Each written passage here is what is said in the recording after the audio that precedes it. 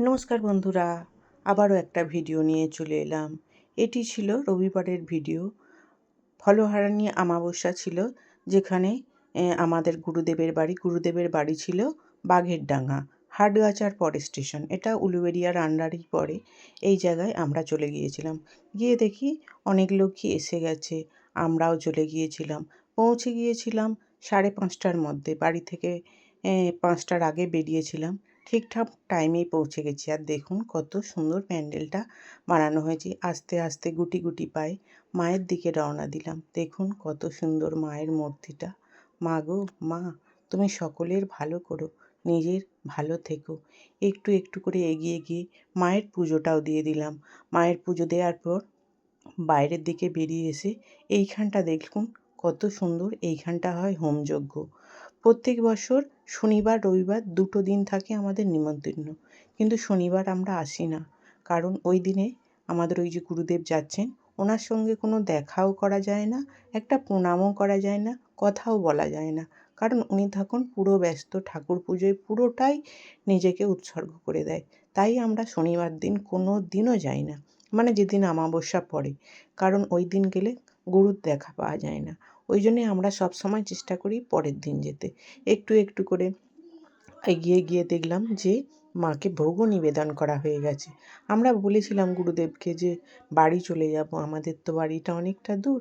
বললো না, একটুখানি ভোগ প্রসাদ খেয়ে যাবে। তাই আস্তে আস্তে রান্নাঘরের দিকে গেলাম।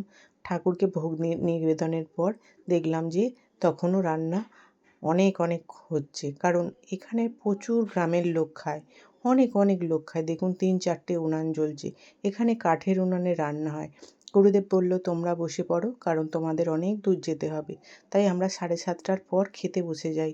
প্রথমেই পড়ে গেল শাক ভাজা আর গরম গরম ধোঁয়া ওঠা খিচুড়ি।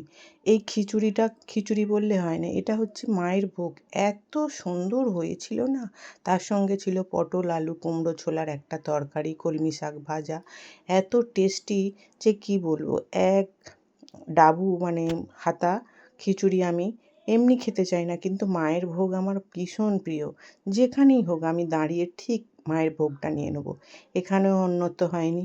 পুরো খিচুড়ি খেয়ে তারপরে এলো আম দিয়ে একটা রাঙালু দিয়ে চাটনি, যেটাও হয়েছিল অনেক সুন্দর। খেতে খেতে তারপর চলে এলো আরও একটা আয়োজন। সেটা হচ্ছে মায়ের মেন প্রসাদ। সেটা হচ্ছে কি না, পায়েস। এই পায়েস কিন্তু এত সুন্দর হয়েছিল কি বলবো।